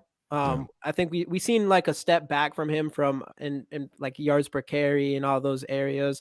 And I also agree with Casey that he isn't breaking tackles. At the end of the day, he's still what Casey would want to say, a Pro Bowl alternate. He's still a Pro Bowl running back. He's still a Pro Bowl running back who had over 1,000 yards. I was hoping to see him more in the pass game this season. We didn't really get to do that. But I do think like just $14 million, if it really came down to like, pay him $14 million or not, it's hard to pay any running back $14 million, especially one that I think has maybe lost a little step, even though I think he could still get it done. No questions asked. So I think for me, if it came down, I think you'd want to find some sort of restructure. I don't know if he does that after a Pro Bowl season, 1,000-yard season, but $14 million, for him, you have to see how. What would be the right? So let me ask y'all this, right? What would be the dollar amount before you speak your opinion, Day? Like, what's the dollar amount you guys are looking for Dalvin? I'd be comfortable at $8 million a year. Okay, all right, yeah, that's fair. Because my thing is this: like, if you want good services, you got to pay for it. You know, just like anything in life. You feel me? You want good services, you got to pay for it. Now, Ty Chandler could possibly be the next Barry Sanders. We don't know. You know what I mean? But I just feel like it's just hard. Like, Dalvin's probably the one player on the team other than Thielen, which I feel like Thielen definitely, like, we should move off. Like, unless Thielen just wants to play just to play for the Vikings. You feel me? Because I love Thielen. Y'all know that's the jersey hanging behind me. Like, he was like one of my favorite Vikings of all time other than Moss. But, you know, I just feel like he's definitely on the decline. He showed us this year that he's obviously on the decline. I think with Dalvin, part of it with Dalvin for me was he was so worried about getting injured because he gotten injured every season. So you could tell some of those runs, he was getting down a little sooner than he should have, you know what I mean? And getting tripped up and stuff like that. But, you know, I just think he still got it, bro. I think Dog is a workhorse, like the way he works out. And I think we keep him one more year and let him show us, man, what he can do. Because I see him going to the Pro Bowl again. I'd be totally cool with that for sure. And I agree with the $8 million for sure. That sounds about fair. See, yeah, my number is like at half. If you could cut his contract in half, I'd be fine with like 7-ish. $14 million for any running back is tough. And we got to remember too that the cap went up $16 million this year too. It did, yeah. But the thing that I think, so here's where my whole thing breaks down and why I thought the Ty Chandler draft pick made sense and why I was a little bit disappointed with the way they used Delvin this year is you look at the Rams team, Super Bowl winning Rams team under McVay. They didn't use like running backs traditionally, like Darrell Henderson and Cam Akers. Yeah, they got their carries, but they were involved a lot more in the passing game, which is why as soon as we drafted Ty Chandler and watched those highlights, I'm like, that's what we're going to do. We're going to switch to that where you throw the ball to the running backs more, and that's why I thought Chandler is going to fit this offense down the road. And with Delvin, like we saw it, you know, he's able to do that. We saw it in college, we saw it in the past. So I was hoping we would get him involved in the pass game more than just screens. and we never did it. And that's why I was a little bit disappointed. And that's not on him, obviously. That's more on O'Connell, which I had, I loved Kevin O'Connell. I think he's going to be a fantastic head coach. I could see him here forever for a long time. Me too. I also felt like he has a long way to go as an offensive play caller, and he's still young. So I feel like he didn't use all of his pieces to the best of his ability. I think it was form team around Justin Jefferson and then go from there. And he never really found the best ways to use everybody else. So I was hoping to see a different usage out of Delvin this year. And again, not blaming that on Delvin. It's not his fault. I just was disappointed we never got to see that. Never got to see more Delvin in like the receiving game. And you guys noticed, speaking of, sorry, just running on a tangent here, we didn't see many slant routes. Like, I understand you don't want to live and die by the slant route, but they're helpful sometimes. Yeah. We never seem to run them. No, I agreed. That was something that I had said about, you know what? It's obvious to anybody that Adam Thielen has declined. KJ Osborne runs a really good slant route. Okay, it's 3rd and 4, 3rd and 7. Run a slant route to KJ Osborne instead of doing these dipsy doodle backwards laterals and all that. Throwing it back to Kirk Cousins on 3rd and 1. Yeah, I'm done with that. Dalvin Cook jump passes, that sort of thing. To wrap up the conversation about Dalvin Cook. Yeah, Dalvin Cook is one of those luxuries that if your team is in a different position than what the Vikings are, I hear everything what you're saying, right? But they don't have they can't afford that kind of luxury. Yes, Dalvin Cook, what'd you say, 6th or 7th most rushing yards in the league? He's and 6. All that good he stuff. Finished with 6. Yeah. All of that is great, but what does that get you? Okay, if you had the 6th running back or if you had the 16th running back. Well, hold on. Before you say what does that get you, let's go back. He's the one who opened up the doors in the Buffalo game. The Colts game was the game-winning touchdown screen. The Miami game, he put the nail in the coffin. I mean, must we continue? Like, this guy's a X factor, bro. We're not just talking about some guy. Like, if the thing is this, those particular games, the Bills game, the Colts game, if we had Alexander Madison as our RB1, we're not winning those games. I mean, we just gonna put it simple. I agree. Let me ask it like this: if you could get your hands on a kicker that was guaranteed, not up until the NFC Championship game, but including the NFC Championship game and beyond. Thank you, Gary Anderson. Guaranteed to make every field goal from 60 yards plus, every extra point, but he was going to cost you $8 million a year. Is that a good value? Hell yeah! What? Yeah, no, it's of course not. You're not going to pay $8 million for a kicker, even if he's the best kicker. Hold on, if you said if you know for a fact that he will never miss a kick, like he will hit everything 65 and beyond, and just never miss. Justin Tucker make? Let's find out. Probably he probably makes up around there. I mean, my point is that there is no kicker on the planet that's worth $8 million a year against your salary cap. There's no kicker on the planet. He said Dalvin was ranked 14th, not 6th. No, he was ranked 6th in yards. For the season. But so where I'm going with that is 6 mil. Tucker's about 6 mil. Well, that was a restructure bonus, which is insane. Which is absolutely insane. Which is utterly insane. But my point is that a kicker can't make that much of a difference. And I'm not saying that Dalvin didn't make differences at times this year. You've mentioned the 3 games where, he put the Miami game on ice. He, tied up the game against the Colts and then started the comeback against the Bills. That's all well and good. Yeah. But this team has too many holes. And to your point about other veterans that we can make some money, if we're going to go down the road of saving some money by getting rid of Thielen or saving some money by getting rid of Kendricks or Zadarius Smith as another example, to me, if you've got 5 players you can do that with, why do it for 3 or 4? You should do it for all 5 and start and just get as much as you can out of restructuring yes, if he restructured only reason why I say don't do it to all of them is because it's important to have veterans on your team. All right, now we can't just have a bunch of young guys running around it. Like, as much as we want the youth fountain to flow, we have to keep some veterans have to be out there for sure. Like, to keep these guys and teach these guys the ropes, so you can't just clear everybody. You know what I mean? You have to keep some people there. I'm just saying that running backs and linebackers are the most dispensable positions out there. We talked about it earlier. You say that, you could say that, but you say that running backs are that, but go ask 2018 or just go ask team. You can pick whatever team you want other than a team that has a superstar running back. Ask them how easy running backs are to replace. You just brought up Kansas City. Who's Kansas City got? they got Patrick Mahomes. They don't really need a running game like that. You know what I'm saying? Like they don't need a running game. Right. At the end of the but day, we do. But if you need a running back like that, then you got bigger problems, and you should be fixing those other areas before you try and fix running back. That's right. But see, and Rap, I know you mentioned with running backs, you mentioned the Bills earlier. It's like, I don't know if them having an all-star running back would change anything because they center that offense around Josh Allen so much that I just don't think they use the running backs enough as it is. Personally. But I think it could, though. I think it could. I think if they had a star running back, I think that would make their offense far more dynamic. Yeah, that's. I mean, I pretty much say that to say, like, you know, running backs aren't just like, I mean, think about it. Like, if you think about 32 teams, I mean, every running back isn't just this great running back. You know what I mean? Like, there's a lot of teams. There's way more teams that are still struggling to find their RB1 that can really make a difference than there is teams that have that guy already. And we're one of the teams that actually has a running back where opposing teams have to look at us and say, you know what, we got to stop number 4 because if number 4 gets hot, bro, he will win this game for them. You know what I'm saying? Like, it just is what it is. And he can open up a game with an 80-yard run, and not every running back can do that. Not every running backs, Adrian Peterson and Delvin Cook back to back. But also, I thought they also used Delvin wrong. And I agree with that. I agree with that. They used him wrong.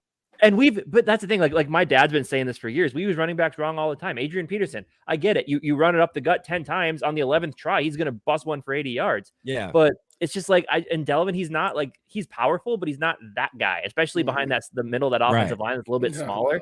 It's too much up the gut. If you get him out in space when he has to get in space. He has to get in space, man. And we should have used him in the pass game a lot more. A lot more, bro. He's not Derrick Henry to where you give him the ball up the gut, you know, every play because he's going to do something with it every time. You know, it's just I just thought they used him wrong, and maybe that's part of my gripe. I don't know. And this year I can't even fall back on the injury excuse because he was fine most. You know, he got dinged up a little bit. He was fine most of the season. Yeah, and this is his first season that he really played the whole season, right? I believe. Yep. Like, I mean, he missed a couple plays here and there, but he came back in. And I see what Nano was saying. Like, that's the thing with right? Yeah, and I see what Nano's saying. Like, you know, this is the time to trade him because other teams will look at Cook and be like, "Oh, damn, y'all don't want him? Okay, yeah, we." But that's a hard thing. Is with his salary cap, our team's gonna do that? That's what's the hard part. Like 14 mil, like no one wants to. Well, a lot of that is you could literally be the best. Like what Justin was saying. The Vikings would eat some of that. The Vikings would eat some of that because some of that is bonus money. So if a team were to trade for him, then I'll pull him over the cap. But at the same time, over the cap is awesome, by the way. I love that. Shout out to over the cap, man. Yeah, there you go. Right. No, what I was saying is that trading players isn't as cumbersome to the team that gets the player because the team that trades the player ends up eating a lot of all bonus money is deaded the moment you trade that player away. So as an example, for Dalvin Cook, he's $14 million next year. But guess what? If the Vikings were to trade him, the team that takes him on is only taking on $3 million. Yeah. The Vikings are going to get deaded about 11. True. So in that case, maybe cut him, right? Yeah. So in that case, it's worth going ahead and keeping him, right? No, I'm saying that the Vikings keep him, it costs 14. If you were to trade him, it would the team taking him on would only take on 3. They would take. And then if we cut him, it's like half and half, right? We say if we cut him, they would. If they cut him, they would dead 6, which is 3 this year and 3 next year. But the point I'm making is that. Excuse me, it'd be 10, not 3. 3 is. But we're not cutting them. That's out the question. You're not cutting them. You're not going to cut them. The team that take him would take on 10. So it's, to get cut is the most disrespectful thing ever. I think they'll cut him. You think they'll cut him? That's disrespectful, bro. If they were to cut Dalvin Cook, bro, that would be. They would trade him before they would cut him. Get out of here. Seriously, it's hard, man. We've seen some crazy cuts and. Yeah, that's true. You know, not the Vikings really, but I doubt Dalvin's the guy. I hope they don't. I wouldn't want that to happen. Right. But he doesn't deserve that. But talking about linebackers, pointed to Nano's point, if a team called you and offered you if a team offered you a 3rd round pick for Dalvin Cook, you got to take it.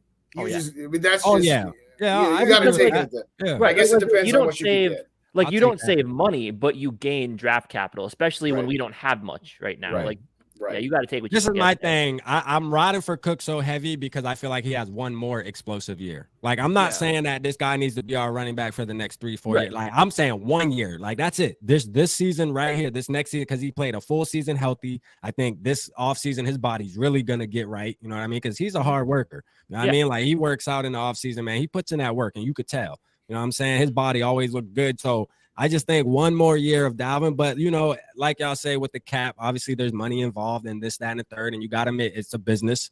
And I'm going to trust Kwesi and them to make the right decisions. But I know that keeping a couple veterans on the team, it's definitely going to play a big part in our success. Yeah. You know what the I other mean? thing you have to look at it too is that his trade value is highest right now. Like let's say right now, Rap was offered it's Kirk Cousins. I agree with you. That's a whole nother conversation. He just has to make a. Except the trade clause. If you were offered a 4th round pick, Rap, would you do it for a 4? Would you do it? I wouldn't do it for a 4. I absolutely won't. Well, my point is, you wanna know why? You wanna know why I won't? Because I know that I know we like Alexander Madison, but I'm telling you right now, Alexander Madison is not Dalvin Cook, bro. He's a free agent. He's a free agent. We're not keeping him. I don't think. No, he's not. I don't think switching to Madison from Dalvin Cook. It would not be as good as having Delvin Cook. I think that'd be a mistake for sure. Absolutely. We're gonna be like, man, our run game is not good this year. That's the reason why we're losing, because we just can't run game. That's what we would do. We have no run game. We got no run game. Can't be expected to lead us if we don't have Dalvin Cook somewhere running for like 1,400 yards. You know? Yeah. But before we start talking about running backs, the other position you mentioned, Justin, was linebacker.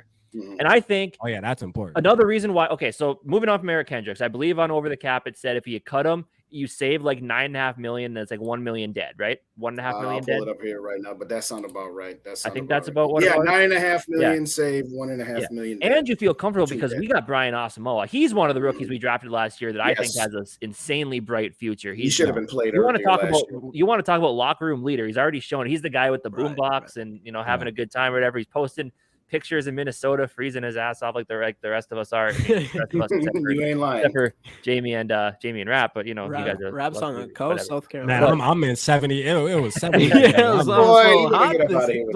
wearing a hoodie. I'm wearing a hoodie because it's cold in my house while my wife got the AC on like 60. but also like the guys got charisma on the field. Like Jamie, as you saw like last year in our previews, I had him in our top 5 because I just loved his explosiveness and his speed. And he's got that in bunches. That's what this defense needs. We need fast.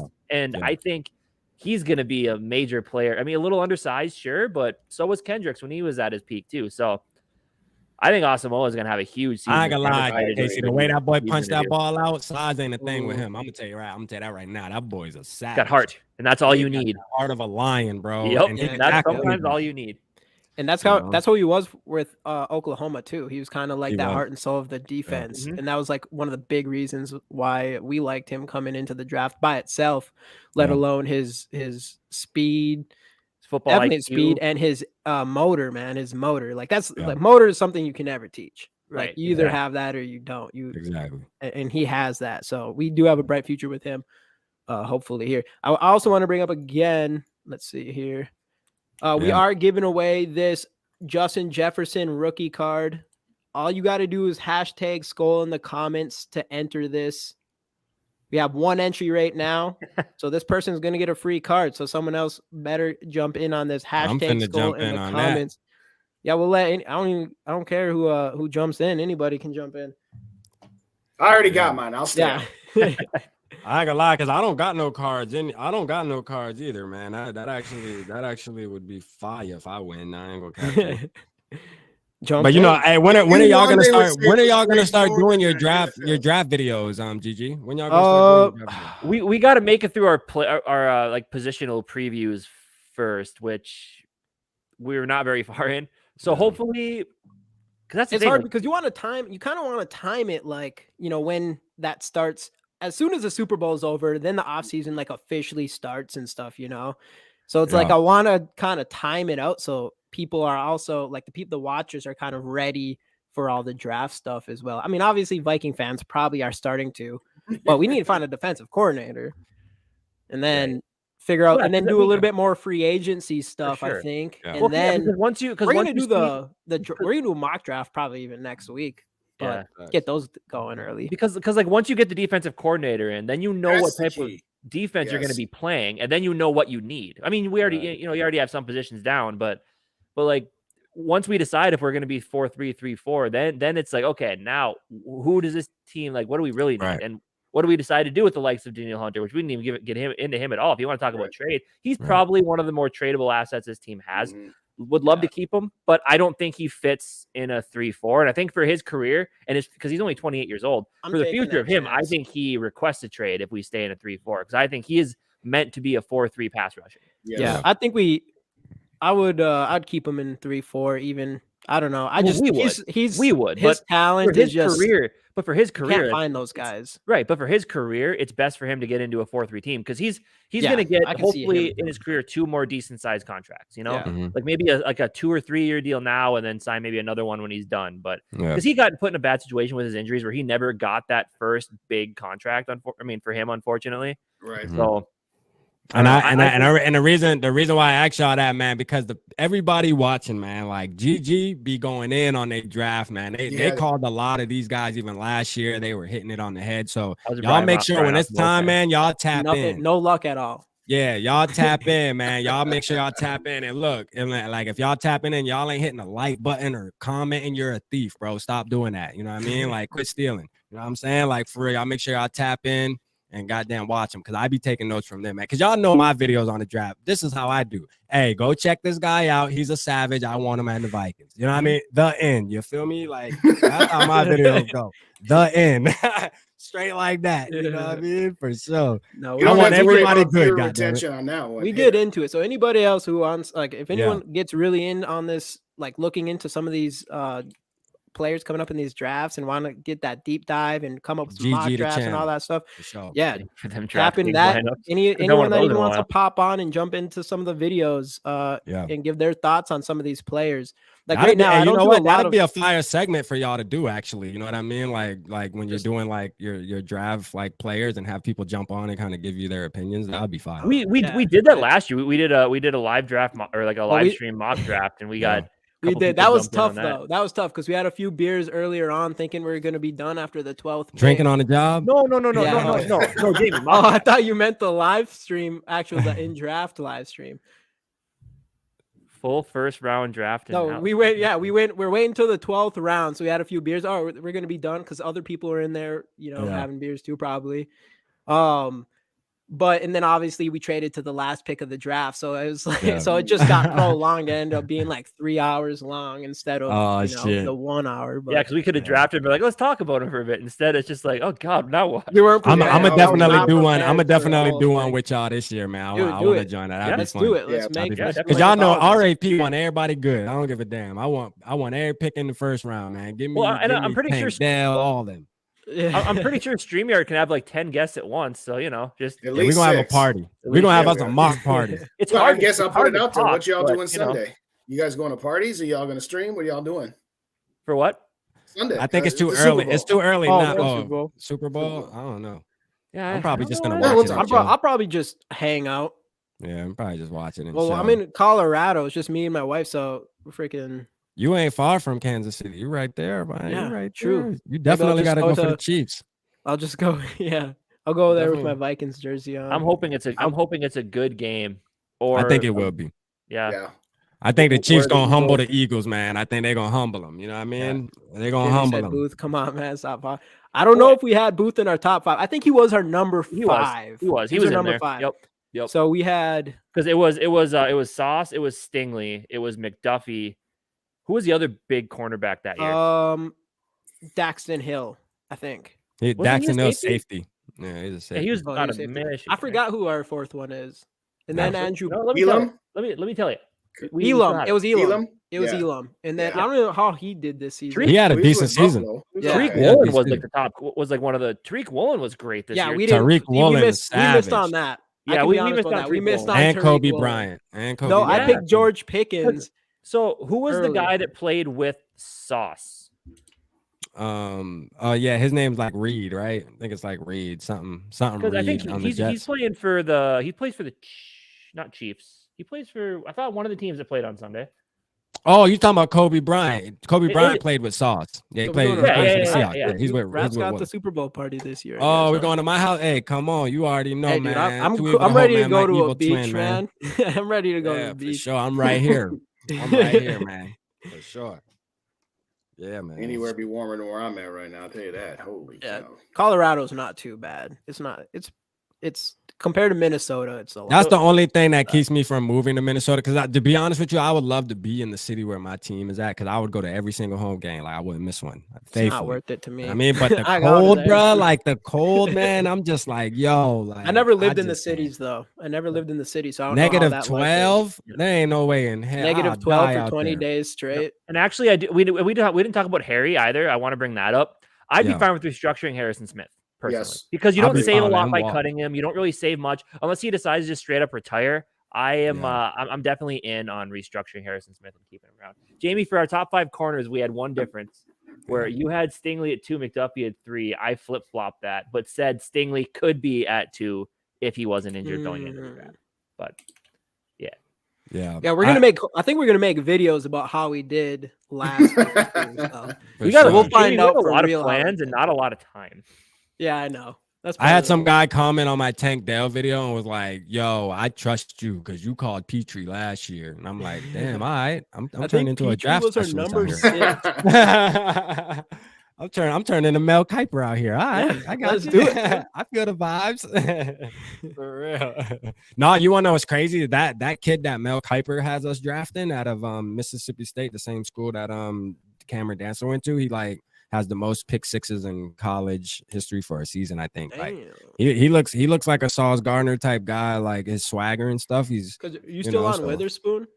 Oh yeah, I want Witherspoon. If we can get Witherspoon, you know what's crazy is when I actually noticed Witherspoon like probably like a month ago, you know what I mean? Because I tend to like go and watch like their opposing team quarterback videos, like every throw and stuff, just so I can see them playing in between plays, so it ain't just highlights. And like when I seen him, bro, I'm like, yo, he reminds me so much of just like a young Jalen Ramsey, like somebody who just like tackles somebody and like shrugs his shoulders and just, just looking for problems, bro. Like we could use a little bit of that fire on this. We need that, bro. Like who on our team is mean, bro? Nobody. Like we're tackling opponent, helping them up and stuff. Like, nah, man. Like we need that guy that's out there like F the other side. We should have gotten Dominican too, man. We had the chance. Exactly, man. Like steps on people. The Allen Iverson step or the Allen Iverson step over and stuff. Like we need that type of. That's the vibe we need, man. And he's a player like that. You know what I'm saying? Like he's real cocky, and it's okay to be that when you're a cornerback. You know, you just gotta have a short memory. You need that, man. Look at Sauce is the biggest example of that. He came in saying, I'm going to be the same guy I was in college. And you are going to want to touch them. Yeah. Sauce. Exactly, man. So, that's why I'm like trying to scout players like that are realistic. And realistically, we can get him. But I mean, as the days go, he's kind of moving up the board now. I think he's turning into like the number 1 cornerback all of a sudden. I'm like, I was just going to mention that because I think today Daniel Jeremiah came out with his first like rankings or whatever. And he had Witherspoon at number 5. And you want to know why? Way up there. You want to know why? Because the craziest stat he has is like when he plays press man, like he's only allowed 1 completion, bro. Yeah, like that's crazy. Like that is a crazy stat. And he's had the ball thrown at him, sometimes. You feel me? And like he's a lockdown. He's a true definition of a lockdown man cover, dog. Right. That was like Sauce, man. By this point of the year, last year, Sauce, there was a good chance that Sauce lands to us at 12, if not even some people had him as a mid round. And it was like by the draft, it was like, all right, he's going to be a top 5 pick for sure. Yeah. I think that's what's going to happen with Witherspoon. But, this draft is definitely going to be very, again, heavy with cornerbacks. These cornerbacks are getting better because they, you got people who want to go against the grain. And, the popular thing to do is be a wide receiver at a young age right now. Like these 15, 16-year-olds, they all want to be wide receivers. But then you got your other crew who's like, man, I'm going to stop you from catching the ball. You know what I mean? And these guys are getting just as good. Like they're training just as hard. So, there's a lot as the years are going, man, you're starting to notice like these cornerbacks are really coming out now and they're ready, man. They ready for all the smoke. Right. You know what I mean? They know they have to come in against Justin Jeffersons and things like that. And they're ready for the smoke, man. And he's one of them. You know what I'm saying? That's what you got to need on that cornerbacks for sure. You have we've been running for almost We've been running for almost an hour and 40 minutes here. I know, right? All right, man. I'm ready when y'all are, man. Yeah, if y'all want to go let's run this giveaway. Yeah. Rap, if you win this, they're gonna say it's rigged. Hey man, it is what it is. All right, one last time. Hashtag Skol in the comments. Hashtag Skol in the comments. Hashtag Skol in the comments to win this Justin Jefferson rookie card. That's it. Easy, free, all that good stuff. We'll give you one more minute. I don't know because if I win it, y'all are gonna see it like behind me on my podcast shows. Because I'm gonna put it on the wall or something somewhere. We'll figure it out. You know what I'm saying? Let's do it. But I'd rather somebody else win though. Obviously, like I'd rather one of the fans win. Like y'all ain't putting hashtag Skol. See, that would get me upset. Is y'all sitting there, y'all watching our content. We gonna give y'all 2 more minutes. Y'all sitting there watching the content. Get involved. Let's go. This is actually 2 more entries. Good, a pretty good one too, man. Let's go, Nano. There we go. Come on, man. Hashtag Skol. Quit playing. Hashtag Skol. We should see. Man, matter of fact, hold up. Let me see how many people watching this. Hey, Lemmy Smith, we don't want to see nothing but hashtag Skol. You ain't playing hashtag Skol, then you ain't talking about that right now. Hey, let's go. Hashtag Skol. Corey, that's another buddy. We got 7 people watching on Minnesota Sports Talk, and so that's 7. Let me see. And here goes Lemmy Smith. Let's go. Now we're getting some people. There should be at least 10 of them. Jamie, 2 Eva the Hope, hashtag Skol. 2 Eva the Hope, hashtag Skol. Let's go. I think he did it earlier. I'm pretty sure. Yeah. Maybe we don't do that. Rap does a lot. Just keep. We just say, okay, guys, go ahead and do it. And we just sit back. That's what we got to do better at. Rap. That's what we got to do better at.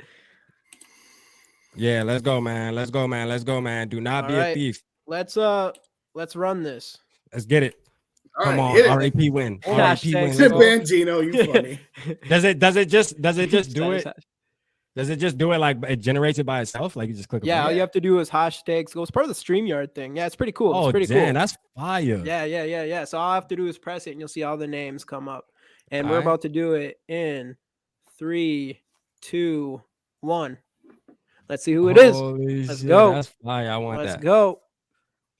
Corey. Oh, it almost stopped on my name. Lemmy. Let's go. Let's go. Justin Jefferson card. Let's eat. Congratulations. Congratulations, man. I'm so glad. He has to be in here just because I have to get your information. Yeah, for sure. Yeah, I think just put that in too. He did. So he's still here. He's still here, I bet. He's got it. He's in. He don't put it in 2 minutes ago. Follow. I'm not sure if you follow us. Everybody in here, subscribe. We got to all our channels: GG Sports Podcast, Minnesota Sports Podcast, or Sports Talk, Purple Pocket Podcast, and Purple and Gold for Days. Subscribe to those channels. Yes, sir. Selbo, go find us on Twitter or Instagram and follow us there and DM us so we can get the information to your mailing address. For sure. Facts. That's fire, man. Yeah. I want to start doing, man. Y'all inspiration, man. I need to start doing little giveaways, man. I feel like I'm being stingy, man. Tell me about it too, even though, man. I'm mean and I don't give away shit yet. I ain't give away shit man, yet. You selling yourself short, man. You don't have that. Hey, hold up. Matter of fact, while we on here, man, hold on. While we on here, I got something to give away. Just do that. I bought this picture right here and I never used it, man. It's who want this picture, man? Y'all want to do? We're gonna do a giveaway. What is that? It's reflective. We can't even see what it is. You know what? This cost me $30. This is actually from an artist in Charleston. I bought it. Like literally, I bought it because it's for college tuition. You know what I mean? So I was that's always my soft spot when like people come in and they're like, "Oh, this is my children's pictures. We're selling them for $30 to go towards their tuition." So I was like, "Yeah, it's kind of fire though, man. It's holographic. You see it, man? Let's do it." Hey, that's fire, man. Y'all inspiration, man. I love those giveaways. You want me to run it? Yeah, shit. You can run it. Let's run it. Who want this picture, man? This picture fire. You can hang it on it's brand new. Wrong person. Hold on. Yeah, put me on it. Hey, look at that. That boy is an astronaut. We going out of space, man. I think that's a Heineken. Going out of space. Let's go. No. All right, we're gonna run this outer space painting. Hashtag PPP. There you go. Yeah. Jamie, start it up again. Start up another one. Yeah. Let me see how to do it like that. Oh. I feel like giving away. To be real, I'm gonna start buying jerseys and stuff to throw. Yeah, I want to keep trying to build this shit up as we grow for sure. Oh, Nano Joe's already in. You started it yet, man. Hold on. Random picture. Hey, it's space stuff, dude. Space is Hey, cool, Dylan, right? you an asshole, man. Hey, we're giving away stuff. Let's do it. All right. Hashtag PPP. No, it's Hashtag PPP PPP. Bandino.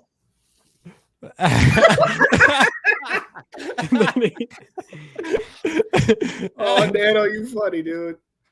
Hashtag PvP, man. This thing brand new, man. I was actually gonna hang it, but I'm like, it ain't really got nothing to do with the Vikings. But guess what? You can use it. Somebody in your family, you can give it to somebody. Dude, that thing's sweet. It actually is pretty cool, though. I ain't gonna lie, it is pretty fire. Nano, you ain't even funny, dude. That shit was funny, boy. I ain't gonna lie to you. That was hilarious.